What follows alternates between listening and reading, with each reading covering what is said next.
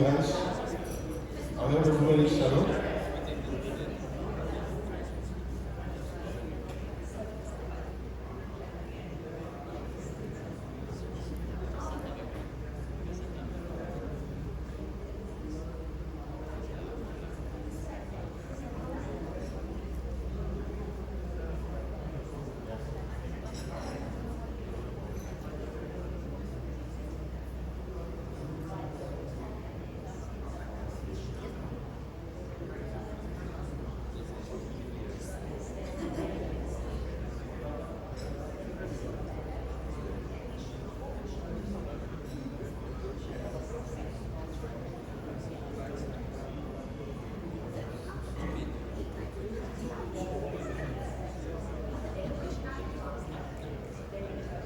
Okay, guys, settle down. You had so much coffee.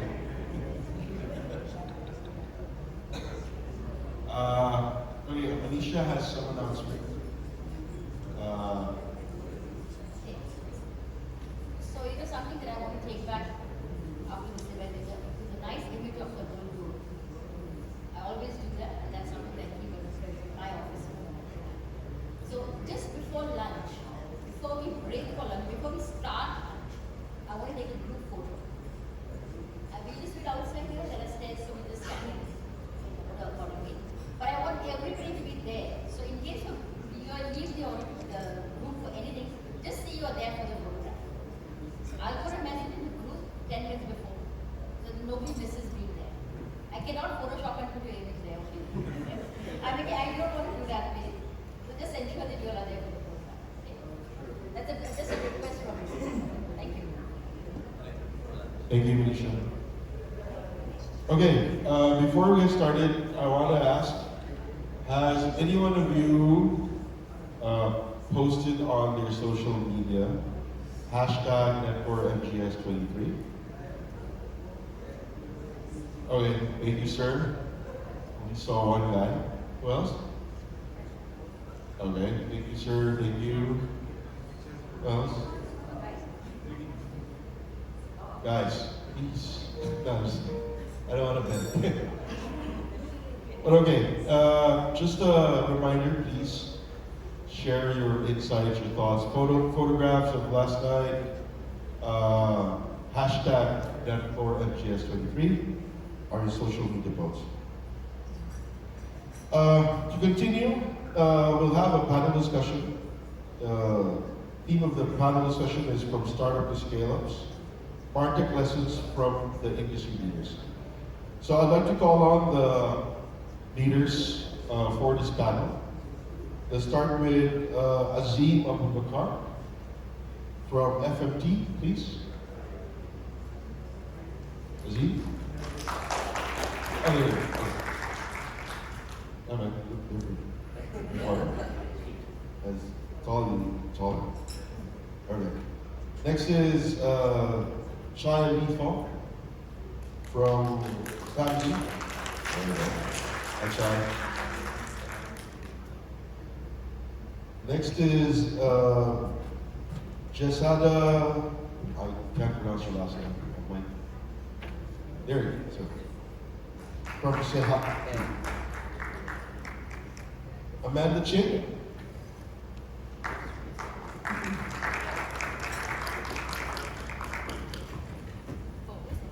Hi, Amanda. I saw Jonathan. You're the one I saw Jonathan. Oh, okay, okay. So that was it. And then finally, our moderator, Mr. Saket, SJ.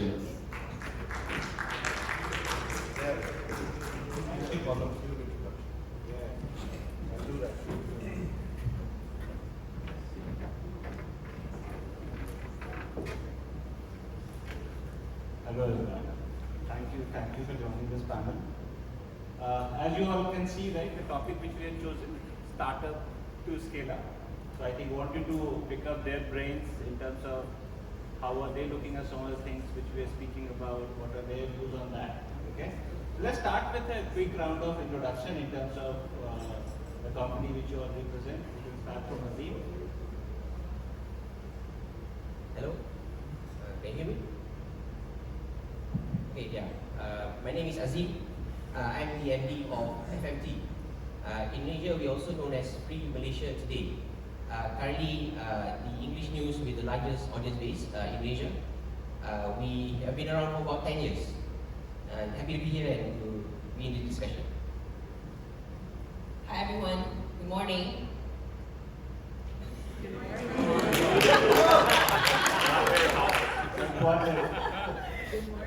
I'm Chai. So I founded a company that focuses on basically merchandise, gifts and merchandise. How we're different from a traditional player is that we use technology to disrupt traditional printing.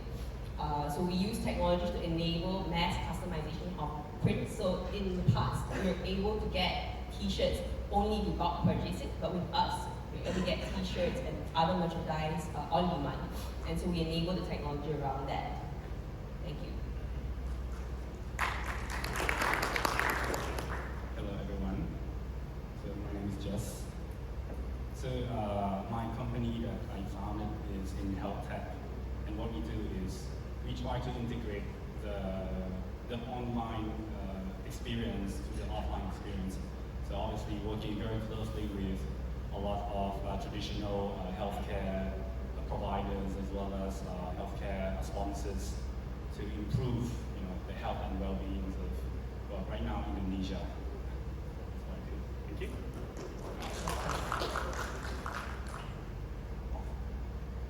Test. Hi guys, I'm Amanda, and I'm the CEO of ABLR Malaysia. We're essentially a ethical financing company that provides installments to meaningful purchases such as healthcare, wellness, education, enrichment. And essentially what we're trying to do is we're trying to create more affordability for meaningful purchases so that you can uplive your lives sustainably. We're currently in Malaysia and in Singapore. Yeah, that's pretty much it. Thank you, Netcore team, for inviting us. So I think I was calling ABLR all the while, and I was just going through it's called ABLR, right? ABLR. It comes from the root word enabler. So we're enabling meaningful purchases. One interesting point in terms of it looks like, right, it's more of a buy now pay later. Like you all also maybe to FMCG or say durable fashion. Does ABLR also get into that segment? We're actually quite picky in the merchant partners that we want to work with. Again, it derives from our North Star, which is essentially our purpose, to enable things that are meaningful. That means we're focused on the 4 verticals that I've mentioned: home and family, travel and experience, healthcare and wellness, as well as education and enrichment. So maybe wine rally and stuff like that. We can also partner. But essentially what we're trying to do is, I know you know it as a buy now pay later, which runs typically on a 3 months installment or 4 months installment. But we run from a 30 days all the way to 60 months, that is a 5 years, purely because if we look at some of these use cases, it's largely bigger ticket size items, right? So that kind of makes sense for the users. On top of that, ethically in the way that our business model is being run, that means we don't profit when consumers fail, right? So we're talking about an evolution of credit facilities such as banking products, right? As you know it as credit cards.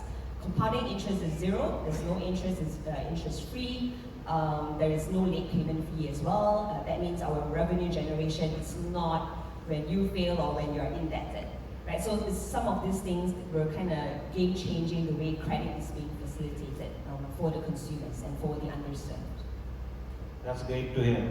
So I think we have a good mix of people from different verticals, and I think we are going to have and we're looking forward for some counterintuitive view as well on the topics which we are going to discuss. And why we thought to have this panel, that let's understand from the founders' lens, right? That how are they looking at? When they understand we'll hear from the marketing side, how are they looking at? Primarily from the founder side, how does it look? Okay.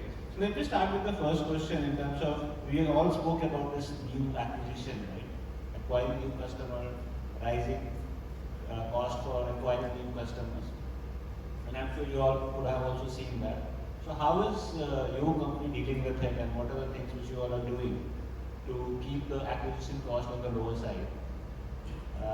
And I think any specific thing which you all have done which has given some significant impact, I think all of us would like to hear about that. We can start. Okay, sure.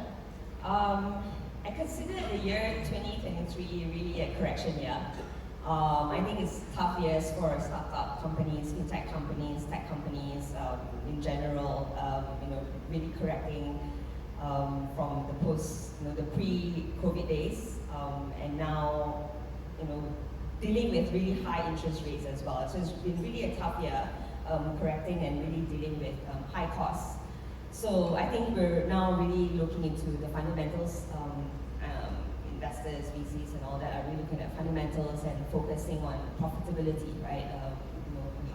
So I think the growth story has kind of moderated a little bit, right? And hence, I think there's a different shift in focus in how we're trying to grow the company sustainably. For us, at least, we're looking to leverage, right? I think you've done a great presentation on, buying customers as well as earning customers. I think that's something that we will have to look into a lot more. On top of that, I think it's a matter of leveraging, whether is it through referrals, through your platform, or even into partnerships, right? Looking at smart partnerships to acquire the ecosystem partners to drive certain conversion into our platform. On top of that, I think it's really focusing a lot more on retention as well. What I mean by retention is, not really just focused on acquiring customers, but really retaining them and avoiding, the reacquisition of the customers, because then it will just increase the cost up. That means it's going to be looking towards slightly more of a platform strategy, looking into the product, how we're able to monetize within the ecosystem, driving certain use cases that make sense for that particular profile or target audience that we're targeting.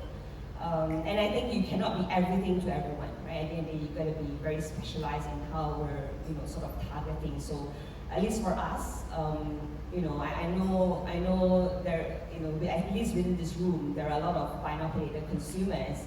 But if I'm pretty sure the stuff that you buy are essentially very luxurious items, or something that is nice to have. So I think that's something that we want to be doing, is to really create the cross use cases within our audience, within our customers, and then really driving that loyalty back, right? So that means focus on the loyalty program. In fact, providing a slightly more customer experience, right? Really undoubtedly great customer experience, and then on top of that, really building that relationship, potentially through some of this MarTech platforms, right? But I think it's a matter of really focus on that, and really finding your tribe, essentially. Yeah, I think very valid point in terms of loyalty has been playing a very vital role, right? In terms of when you're looking at retention and for the long-term loyal customers, I think loyalty has been one of the things which has been very instrumental. Completely agree. How is it for you, Jesada?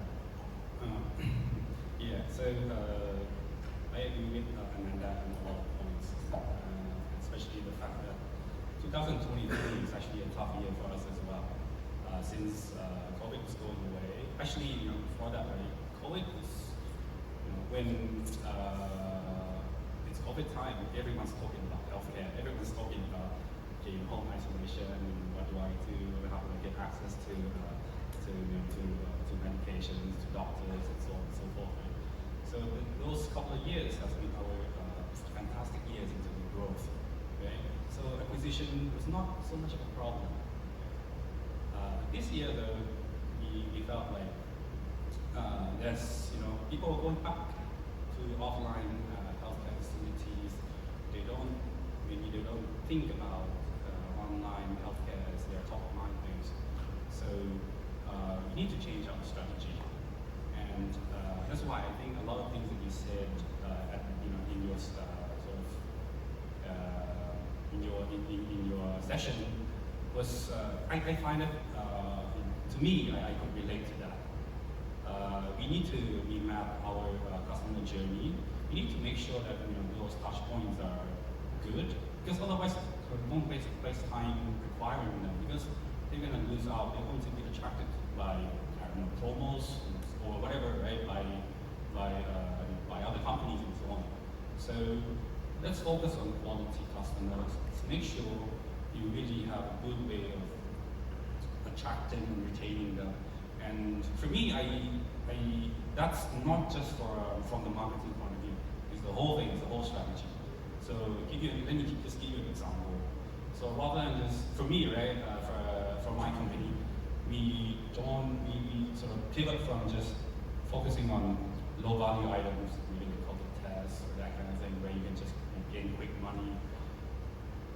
We want to focus on really, really deep specialization. So let's say those who have chronic diseases, those who have, let's say, chronic back problems, they really need not just a one-time consultation, but sort of recurring, repetitive consultation. We could be there to provide that access, to remind them and to help them get slowly better.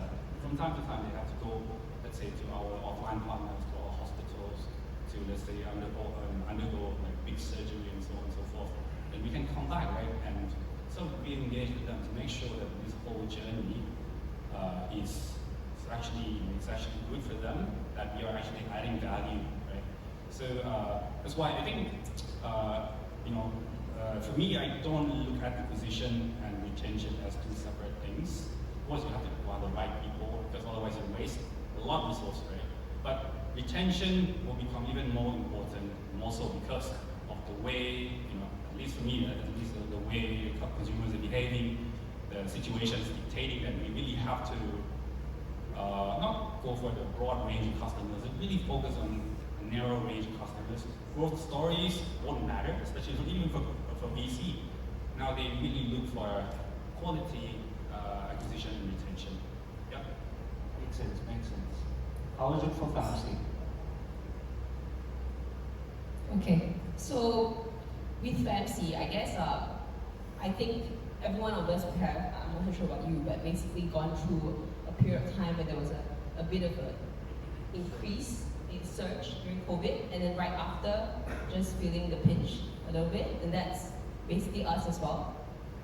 So I think during this period of transition, it was very pivotal for us to rethink, or even just look into, deep dive a little bit into what we were doing before and how we could improve on it. And so I went about, basically, it's a bit of a soul searching here, right, as a startup, right? Okay, so now that we're here, guys, like, what are we gonna do next? So I finally came to that conclusion, just basically a few months back, and that's why I sort of engaged with Netcore. I'm apparently the user of Netcore. Right. So I came down to two conclusions, right? Number one, in a time where the economy is a bit, bit slumpy, and we're all not sort of.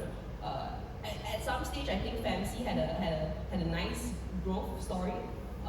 We were, easily getting clients in because we were very novel. We're doing personalized gifts that people have never got before, and so we didn't actually really focus deep into anything really, right? We just basically just acquired customers with lots and lots of money, just putting out Facebook ads, and that was about it. And then realizing now that we never really sold a story, we sold a product. We sold the product with the features. Buy my bottle because it keeps your food, it keeps your water cold and warm, right? And knowing this now, I realized we need to have a very strong story tied to everything that we sold, right? How does that influence someone's decision to buy? It's always through their emotions. How do we affect their emotions? So we did big changes to how creatives are made. We focused a lot on very UGC material, something that's very relevant to each channel. And we focused on the story building, right? So instead of looking at selling it a product and that was about it, we focused on the story. If you're high up the funnel, it's about why this bottle would make your life much easier. And it goes down that story. It's like, this bottle is so amazing, it has helped so and so people. And so we built that story up all the way down. I think, like we mentioned before, right? Like we talked about acquiring and retention. And I see it as also SehatQ. part of that story building. So once the item is sold, how then could we personalize the experience of, okay, here's the bottle that you bought, but then how are we able to then sell you different things that complement your lifestyle? I think that's what I got from it. In fact, story also has one distinct thing, right, wherein your relatability increases with the brand. Like you did it better. You are trying to kind of look at that experience. You are trying to kind of connect with the human touch points, right, which others are also sharing. That also has a very good impact on the customer experience overall. Yeah, completely agree. How is it? I think you come from a completely different background. How is it for media? Yeah, I'm glad that you pointed out. So FMT is a publisher, which means that we don't acquire new customers, we acquire new readers. And how we approach it is a bit different. So the question is, how do we, expand our acquisition in time where acquisition cost is high? And how we did it was just to be everywhere on all kinds of platforms and optimize for each platform. What I mean by that is basically TikTok, Instagram, Facebook, Telegram, and they all have their own ways of presenting content. I just give you a story about FMT, right? So we started off in 2010 with less than 10,000 views. Now 10,000 readers. Now we are about 6 million. Okay, 6 million. And our journey was, it was like that, and then suddenly in 2017 it went like that. Okay. But then now, in 2018, it became flat again. But when I say flat, that is viewership on the website. So up till time, yes, we had a rapid increase because we were offering content that is a bit of a rebel, and people like that, and people always like the rebel. But up till a point when we focus so much on websites, on text content, it just reached a peak and it couldn't grow beyond 6 million on the website. Then one thing we noticed was TikTok, right? So TikTok had a Gen Z, they are all on TikTok, they're not on Facebook. So we then made that shift. So we innovated our content to appear on TikTok, and suddenly a new influx of audience just came into our readership. And you see, we have converted from purely text into visuals. So people are moving a lot into visuals. So we were at a point trying to come up with better stories on our articles, come up with more investigative journalism, but it couldn't work. But once we just convert our existing stories into a bunch of TikTok videos that are fun, fast, concise, straight to the point, you know how TikTok videos are, suddenly the readership doubles, right? And now we have a framework where, in a world where visual storytelling is essential, we understand that, okay, if you want to come up with video content, you got to be on YouTube. And in YouTube, there are many types, right? There's your normal YouTube videos, landscape mode. Then you have your shorts, which is like TikTok.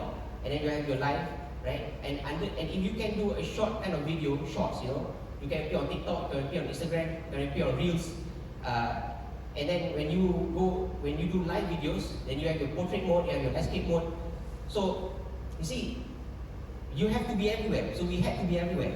But the challenge was, how do we achieve operational innovation in the editorial side to convert the articles, and then within few minutes have a video script being written, a video script for landscape mode, and then a video script for TikTok, and then get the voiceover to come in, a stand-upper to come into the camera immediately, right? Because we are new, so we got to be fast.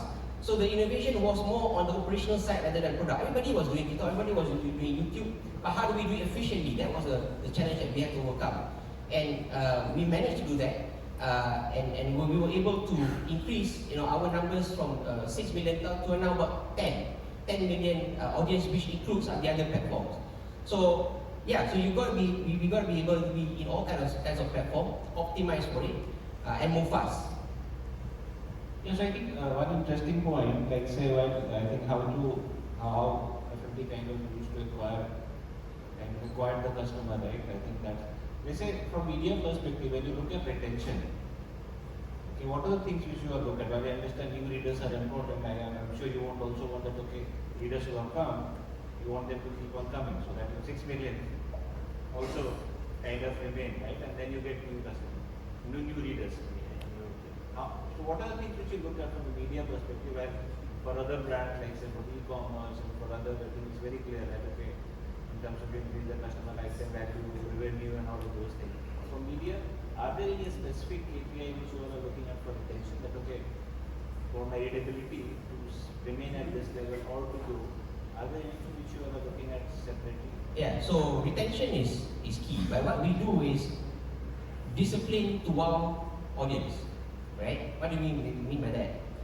Constantly wow them with new type of contents and keep them coming back for more, right?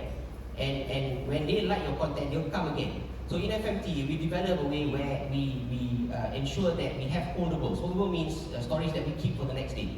So we put everything in line, right? For a few waves for the next day. The wave in the morning where before people go to work, for lunch and dinner time, or after they return from work. So those holdables are being planned, they are in line, and they are stories that are either breaking or that will alarm people or it will excite people. And we make sure that in the morning we put it out blow by blow. So starting from 8 a.m. and then 8:15 comes another one, 8:30, 8:45, 9, all the way till maybe 10, right? Blow by blow. And then that's the first wave.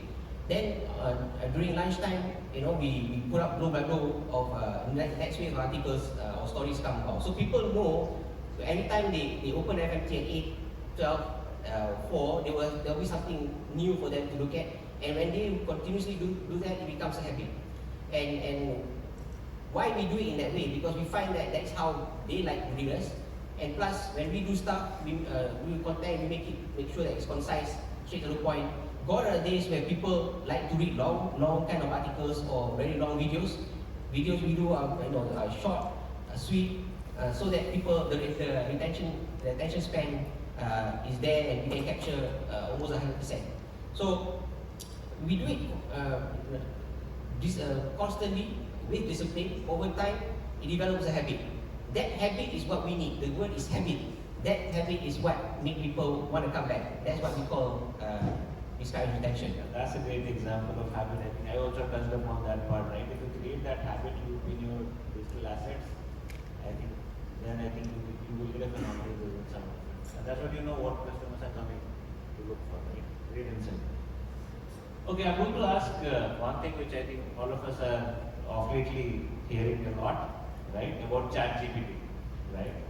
And I wanted to have your view in terms of, okay, which one area do you see in terms of marketing and even overall also, right? How are you seeing that ChatGPT is going to impact any specific areas which you all feel that, okay, this is where we feel ChatGPT will be very instrumental?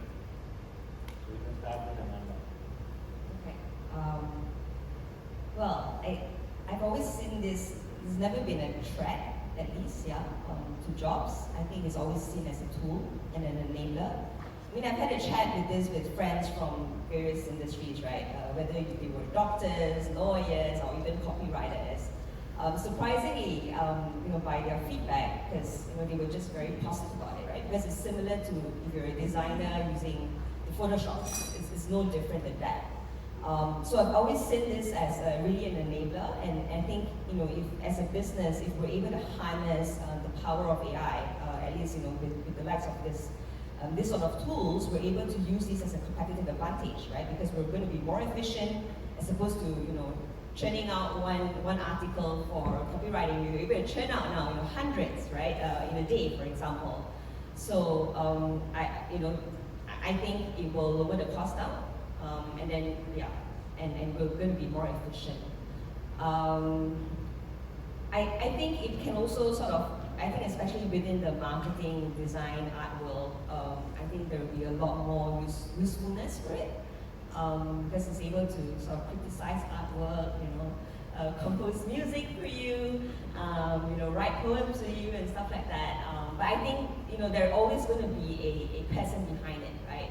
Because hopefully we all still have really a soul to carry on, right? So it's hard to define what the human aspects of it. So I think we're still able to sort of feed those information, and hopefully they're able to recreate those content.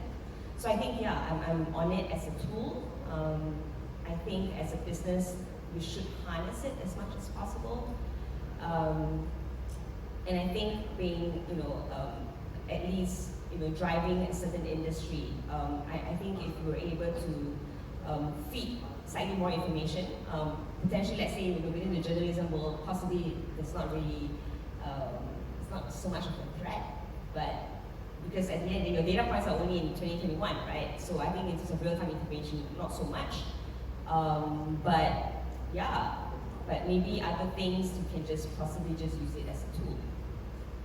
So I think you feed content. I think that's where the major impact will be, right? In terms of people will be able to churn a lot of contextual context. Contextual Right? context. Right? In terms of images, or in terms of jingles, in terms of any articles. Yeah. But you cannot replicate, let's say, the romantic, I don't know, like Shakespearean poems, for example, right? I mean, there's certain limitations to it.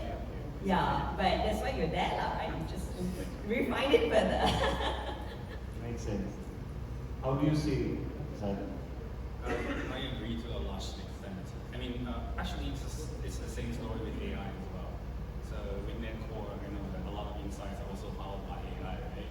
To me, I think we need to have human element to this whole thing, right? To make sure that, at least from the execution point of view, we have that human touch. It's correct, it's correctly executed, and so on and so forth. Our company is using ChatGPT for quite a few things. I'm sure that several of you are probably finding similar use cases. So our creative and SEOs actually using ChatGPT to explore. Content teams using ChatGPT for keyword recommendations, to sometimes even improve the content quality. The engineering teams actually using ChatGPT for coding sometimes, for QA and so on and so forth. Research teams using ChatGPT for sort of a preliminary research findings before they actually jump into the field to spend more time to do all this research work and stuff like that, right? So it is a productivity tool, sort of assistive tool for you to make better decisions faster. For SehatQ as a health tech company, as a healthcare company, we're not going to use ChatGPT for clinical purposes, at least not yet, right? So right now, actually, in fact, one project that we are driving right now is to sort of incorporate something similar to ChatGPT to provide, again, as a productivity tool for our medical team to provide better consultations. But I don't know. I don't think it will replace actual doctor anytime soon. Yeah, that is very far-fetched. I can understand that. Can you repeat your question? So my question is, ChatGPT, I think all of us are hearing about it. In your specific company, which are the areas where you see ChatGPT is getting used? And so any specific insights, why I'm sure a lot of things are getting used. Any specific thing for Famsy which you are using? Sure. So first of all, I love ChatGPT. I'm actually very late in the game, I think I noticed this only like a few months ago. So I counted upon it, I was like, oh my gosh. So next day I went to all my senior management, I'm like, everyone use ChatGPT and don't come to me for any questions that ChatGPT can answer. It actually really works, Don't come to me much anymore. So the funny story is, I introduced it to my mom actually, bless her soul, right? My mom, 67 years old, actually helps me in the company, cost management side of the business. I was like, Mom, you need to use this.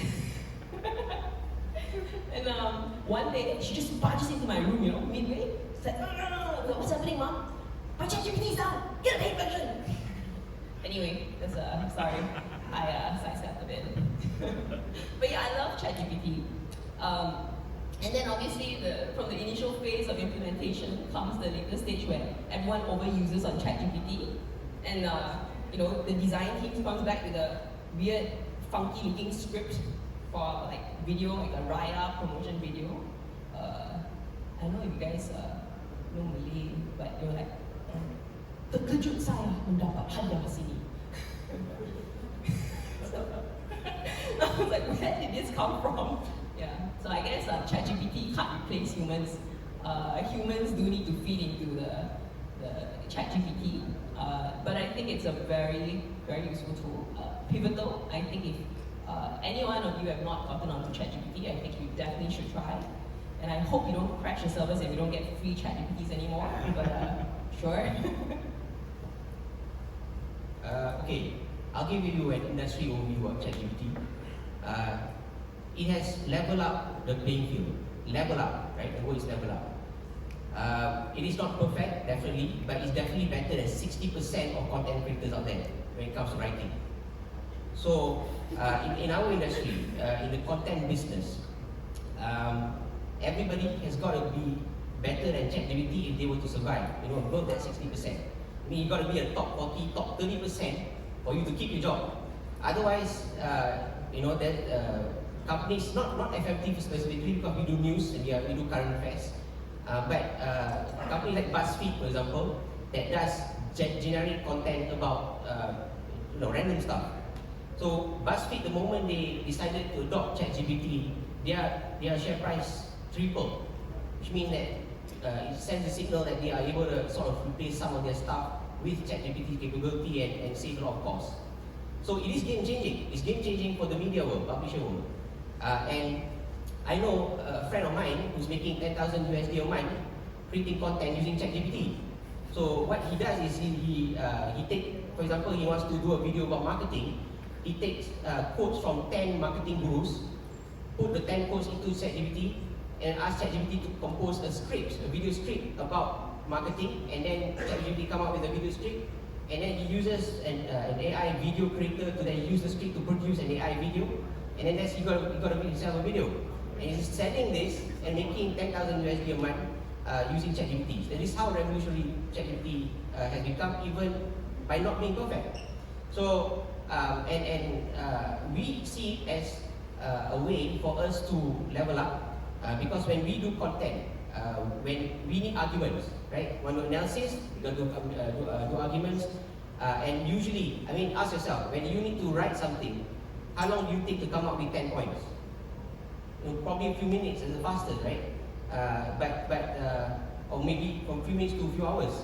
But ChatGPT can come up with 10 arguments in less than 20 seconds. So when you do something, we use ChatGPT to sort of be a devil's advocate, like a buddy for us to bounce idea with, right? And from there, then you can write your pieces. And in fact, I gotta admit, this forum, I received 10 questions, so I decided to give it a go this morning. So I woke up, brain still not warm up. So I just punched in the 10 questions to ChatGPT and it gave me the answers within 1 minute. Right? That got my brain started working. Right? I started to wake up. You're faster than me, man. So that's when then I took some point and then I added some of my own. It really gets your brain started working.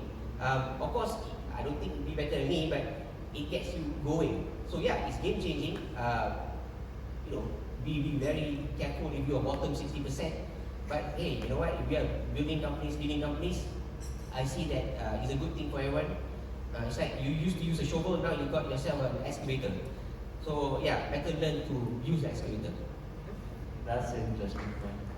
I would like to open it to audience. Any interesting use cases which you all are implementing ChatGPT for, which will be good for others also to know? Any interesting? We heard about content. I think primarily content is kind of doing really great. Any other thing which you all have implemented, or any other area where you have used it, which others can take as a takeaway, where they can go back and kind of talk internally to the team, like, okay, maybe this is one area which we have not explored so far. Can I ask? Sure. Actually, I'm curious. Does any one of you use ChatGPT to replace your engineers, actual engineers, for code development? Does it work? So it's not for replacement. So you have AI coding system from one GitHub, right? So GitHub Copilot. So it's an automated system which does help with productivity, like 40% increase, 40% QAs also you can like kind of optimize, you know, it will write quality tests for you. So, like,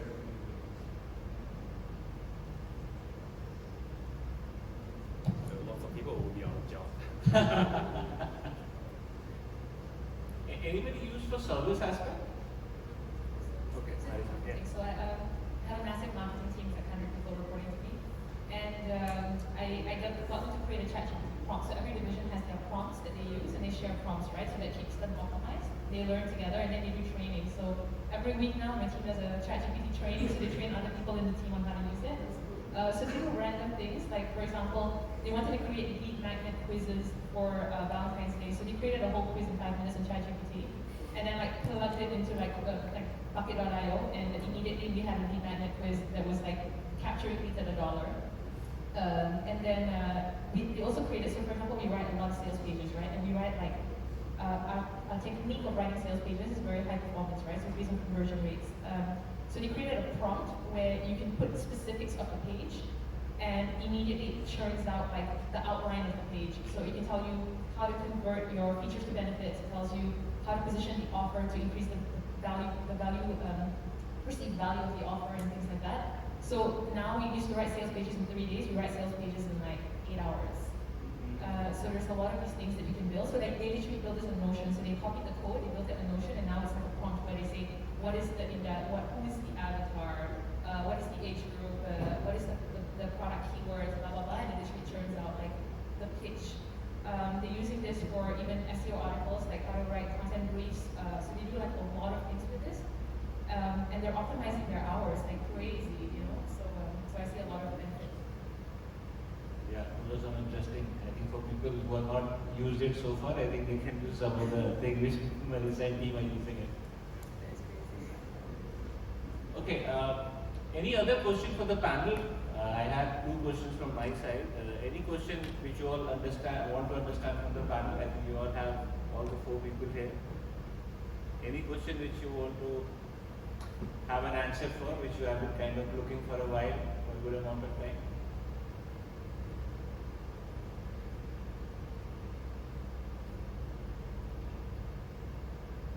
Okay, if you all don't have a question, then I have a question for the panel. That's the last question for this panel. See, we all talk about this attention recession, and you all can choose, in terms of what ideas comes in your mind. Like, how does your brand is specifically working on amid of thorough communication which is coming from multiple channels, digital properties? How are you guys working on making your brand stand out? So that's not part of the entire clutter which is already there. And how do you get that attention which you need from your set of customers to avoid attention recession?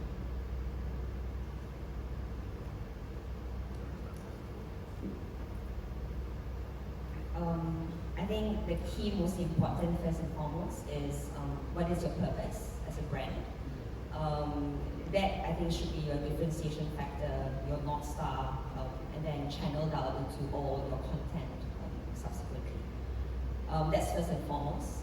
So I think within us, I think I mentioned we're very ethically driven, and our purpose essentially is to also optimize the financial literacy program, right? Because essentially, if you're enabling credit so easily, you got to couple together with education, so that household debts will decrease and stuff like that, right?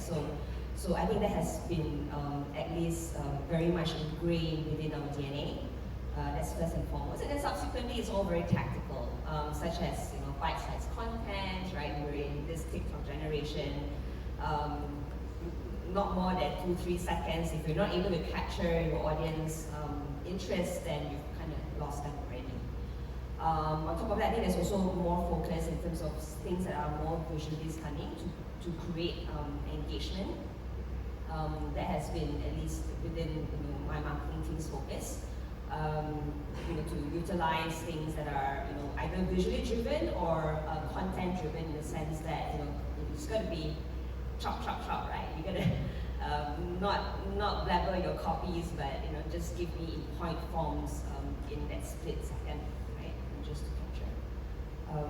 And then I suppose it's yeah, it's really finding a tribe at the end of the day, right? So I think as long as you've got your purpose, right, I think you're able to find your own community and to convert, this target audience or this target customers to your platform. So to me, I don't know, I'm thinking of a word, and it's probably personalization, probably segmented personalization. So, and you have to have a story for you to create such personalization experience, right?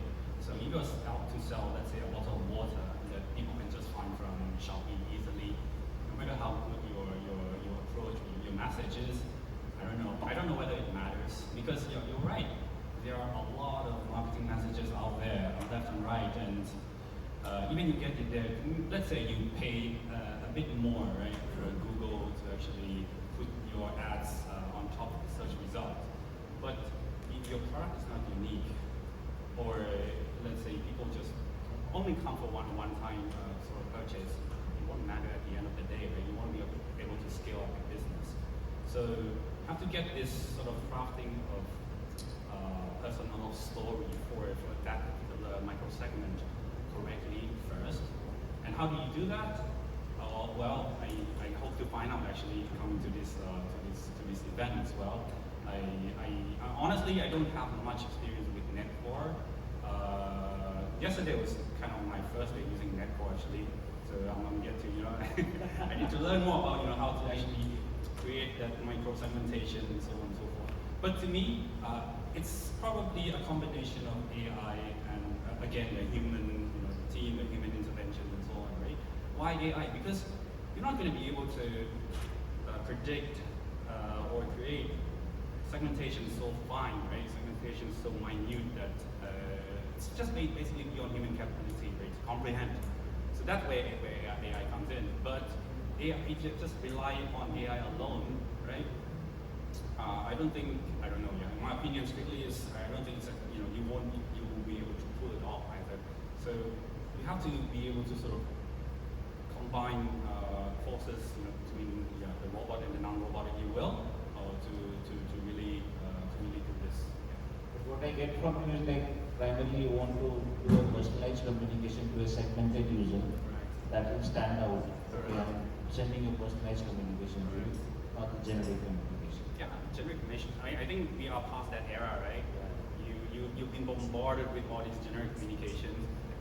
You grow fatigued, you grow tired.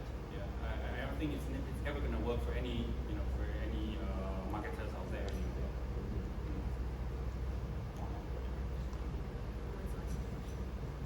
Yeah. Yeah. Follow, can you can take my. Hello, thank you. My name is Vitoy from Tanrattanakul.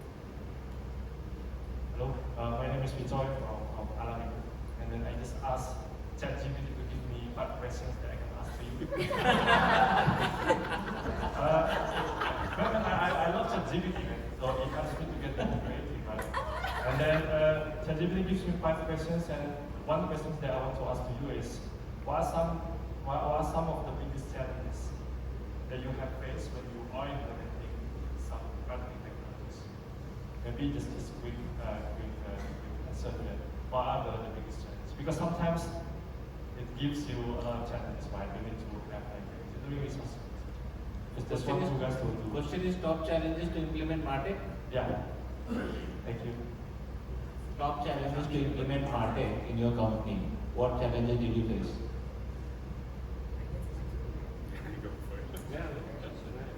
I think the main challenge is always on data. As a startup, you don't necessarily have all the resources in the world to be able to track every data point that you have. You don't have a huge team to be able to go into all the legal details. So you're faced with this challenge of, okay, I have all these customers coming in. Okay, I never set it up for tracking the data at every data point. So now I have to track all those data points and then build something along those lines to retain them. I think that's always going to be a challenge. I think Wens you mentioned before on basically, there's so many of these stats out there, right? And then if we're with limited resources, how are we gonna, utilize what we currently have to still get meaningful data and improve on those stats? I think just focusing on the customer experience on its own and basically just focusing on a little part incrementally that will make changes to our overall stats. I think that's really important as a startup. That's me. Back to your question, how to stand out. Yeah. Okay, so how do we stand out? And FFT has a fair share of that challenge that we have to overcome. And the lesson that we learn is be explosive. You've got to be explosive. There's no other way. You want to stand out, you gotta grab attention. So how do we do that, right? So from nothing to having the biggest audience base. You see, yes, there are personalizations, data, right? And those are very useful, don't get me wrong. But I think, when you have a nuclear and you have a sharpshooter, you actually get more bang for the buck when you use nuclear. You get in the World War II, they say nuclear will give you more bang for the buck, right? And I'm not saying that you should nuke people, but I'm saying that the approach has to be exclusive. So the FMT experience in Malaysia, for your example, for your information, the last few decades, media has been state-owned. So to some extent, narratives are controlled, but with the rise of digital, it allows publishers to write freely. So FMT came along 10 years ago, and we have decided to write all sites there is and let people decide on their own. And that method has worked. And for most people, that method works. And that's how we have managed to experience and upsurge in our audience base. There's always one thing that will work with most people. You cannot get everybody, right? Yes, personalization is one, but you will always have something that will work for the masses. And we use that really well. And once we have that formula, and people will always need news, things that will affect their lives, this is something which everybody needs, and we give that to them. When the traffic goes up, it goes up because of the public or current issues that we carry. But when people come to FMT, then they get served with business news, they get served with lifestyle news, automotive, tech, right? Then things FMT can never beat the specialist publishers in tech, specialist publishers in cars, specialist publishers in business. There are other brands that do that really well and in detail. But what we do know is that most people's attention span is low. We need to make it concise. Especially, for example, business, right? Most people, how do we make business relevant to people outside of the corporate world? There are business papers which will use jargons and in technical terms. We don't, right? There are publications which go deep into the 2,000 word articles. We take that, we do it in 300 words. And it gets 10 times, 20 times more readership. So, in order to stand out, come up with something which works for most people and use it. Once people get there the first time, then you serve them with more products. And using the same formula. For us, it was make it simple, short, and understandable by general public. When we want to give them content about cars, we don't talk to them about horsepowers, we don't talk to them about torques, I don't talk to them that. We showcase the car, put a nice presenter, explain how it's useful for day-to-day driving. It looks good, and we get the views. And for most people, for me, I don't understand what you mean by 4,000 horsepower, right? I don't know. But I can understand if the car looks good, it's fuel efficient, it saves money. So we go with that, and it works for most people. So to stand out, use a formula that works for most people. So that's our secret sauce. Yeah, that's interesting, right? Okay, I think we are running out of time now. Thank you all for being a part of this panel. I think some great insights came in. Yeah.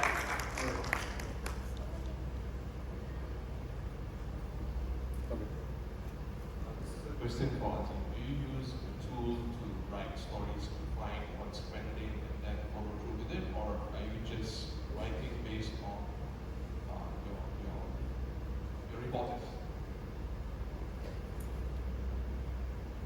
Very good question. We use Google Analytics, that's one. Secondly, we use social listening tool, for example, Meltwater, right? So those tools give us the trending keywords and what stories are doing well, and really we look at it every second of every day to decide what to follow up on. The moment we blast a story, some would work, some don't. Some work really well on social media, right? That's one aspect. But there's also another human aspect where we get the human intelligence. So being a media company, we have people everywhere, not just reporters. But being a media company, you are a magnet of information. People just give you tips, right? They will tell you stuff. They will tell you secret stories, backgrounds which they don't want to reveal their names, but they want you to know so that you carry those things. So we use that as well, and we can know what's gonna happen, what's gonna explode, and that's how we read the situation and we come up with stories. And I give you an example, right? So Malaysia recently, had a general elections, okay? And I show you a combination of how we use data and human intelligence to come up with the news that probably have, I don't know whether I should say this, maybe close door is not in Malaysia, so it's fine, I guess. I think shape the political dynamics. So for your information, Malaysia had its general election in last November. There are three major coalitions. There's the BN coalition, there's a PN coalition, and there's a PH coalition, right? So now PH and BN, PN is considered to be a bit more conservative. They are more religious. BN, they have issues with governance as far as the media is concerned. And PH is considered to be more liberal, reformist, and they were in the opposition. So, long story short, what happened was, at the night that the election result was called, PH and PN won big, right? So the Conservative won big, PH also won big, but neither was able to form government because they're short of a few seats to make majority. So it was up to BN. So BN had to choose. So BN had got 36, so they gotta go either PN or they gotta go to PH. So either to the conservative side or the liberal side, right? So what happened was during that night, the conservative coalition was very excited. They felt that they won because they actually managed to get some commitment from the BN side to move to their side secretly. So they were celebrating, but PH was not celebrating.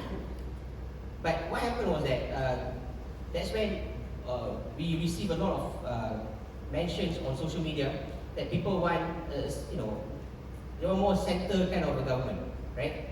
Not too conservative, not too liberal, but somewhere in the center. And there was an influx of comments that want BN to go and choose PH. So we were reading that, right? So based on that data, we then carried as news. Next day, we put out content. BN PH coalition offers a moderate ratio by an opinion piece. So we carried that. And then there's another story that on social media people were asking BN to go with PN.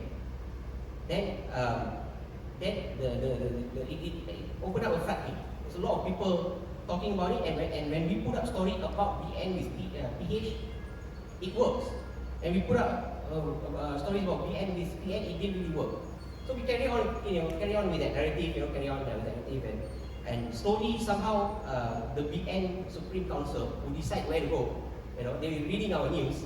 We had people inside as well, channeling our news, and they were reading. Somehow they sort of, became inclined to go with PH at that time. So we got feedback that at the meeting that night, due to pressure from people and everything, pressure from the people and media, they decided to go with PH. Right. And then shaping down. Yeah. So as to answer, yes, it's a combination. Social listening and also the guys we have inside, and that's how the wave actually came about, and we sort of ride the wave that way. Thank you. I have one final question, if I may. For Famsy, right? So I hear you guys on the news, this is BFM and all those things. I see that you guys are predominantly on personalization of merchandise. That's what you're going for, that's your model, right? I don't see any visualization on your store that once you put in your name or personalize, you don't get to see the visual representation of the product because people global are more likely driven on checking on or actually looking at what send out maybe, put an initial or monogram. How are you guys tackling that in terms of as a startup? Number two is that how likely are people to return the product because they don't like what's actually written on it? Okay, good question. So a lot of deep research into Famsy. It's one of those things that we've been trying to change up actually. Because I know people want to see like visually what they like to see. And we did have a test going on with half of so a part of the categories actually converted into visual representations. We need to type in your name, you see what's on there, right? Firstly, I think compared to basically the competitors that we have, a lot of them have visualization, but it comes at a cost of speed. Sometimes it loads very slowly, and then it gets very clunky as well. And with that, and we also have a different sort of USP, so to speak, right? So other people are focused on basically photo GIFs, upload your own photos, and it takes a long time for it to load, and you have to add your name, you have to reposition them. And very early on in the business, we actually tried on photo GIFs, but then realizing that that doesn't give us enough leverage. And so therefore, in Famsy more, we're literally almost just name only. So we design for you and you just add your name. I think this falls back to the idea of simplicity. A lot of people now, right, I think this is also relevant to the conversation that we're having today, right? Like attention span is so short that if we're standing out just because we don't allow them too much customization, which is a really like a different sort of type up. But in terms of what you're saying, whether there are a lot of returns from it, it's a work in progress thing, because we don't want to implement it in a way that slows the speed down, and it takes a big amount of work, and I know that's important for sure. It's a balance of where we are at business in terms of all these customers already buy regardless of what we don't have, versus the time and effort to actually convert the entire store to that, instead of basically having these specific SKUs like photo GIFs may have upload your own, which then has your live preview, or if you want something really custom all the way to design your entire name, that's something that we can offer on the site. And then you have the ready-made ones where we don't have that feature on board, but it still converts. Yeah, so that's what we're thinking about. Okay, I see them staring at me because I haven't seen it. No, it's okay. Yeah. Anyway, so we are done with, I think, if there are any other questions to the panel, I think they are around. Shoot the questions one-on-one. I think they will be happy to answer off the stage as well. So thank you once again for being a part of this panel. Thank you very much. Before we let you go, we'd like to do a Mr. and Miss Thailand. No, I'm just kidding. So, this is one for you. And don't open it yet. Don't open it yet. I'm psychic. I know my brain. So. Okay. Please move forward, guys.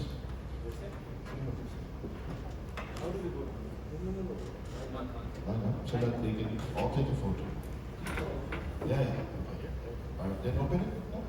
Oh, then open it. Yes. I hope the names are right. Oh, right. Right? Very nice. Okay. There you go. Don't break it. Thank you very much, guys.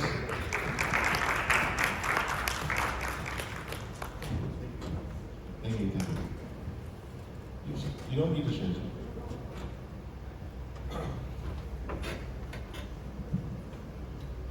Hello. Okay. Next to present. Okay.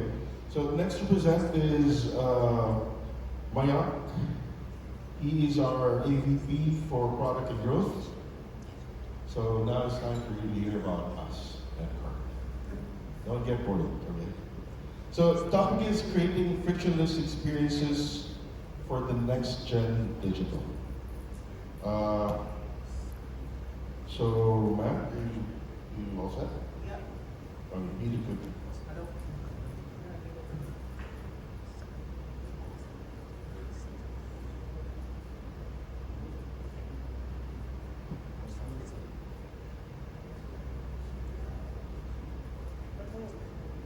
Okay.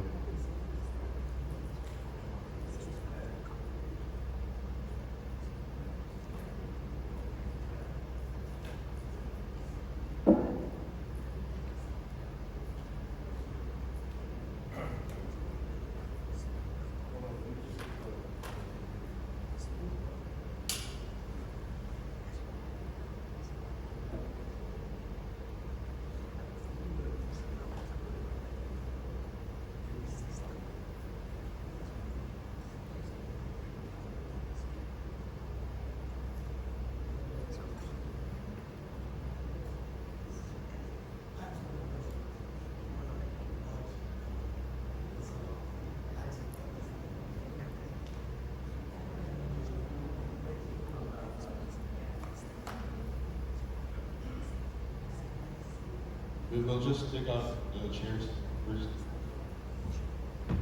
May I have copy?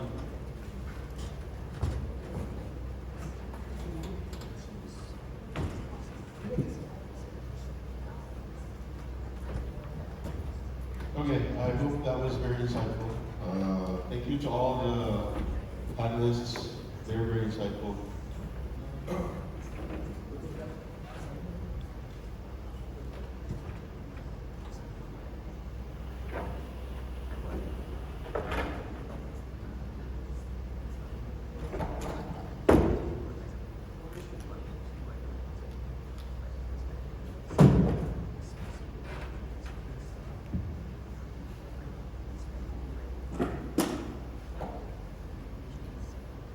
Hello, you guys can hear me now?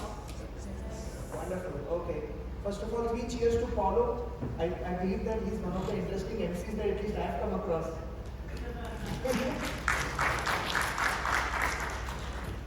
All right. I'll see if I can stay best relevant.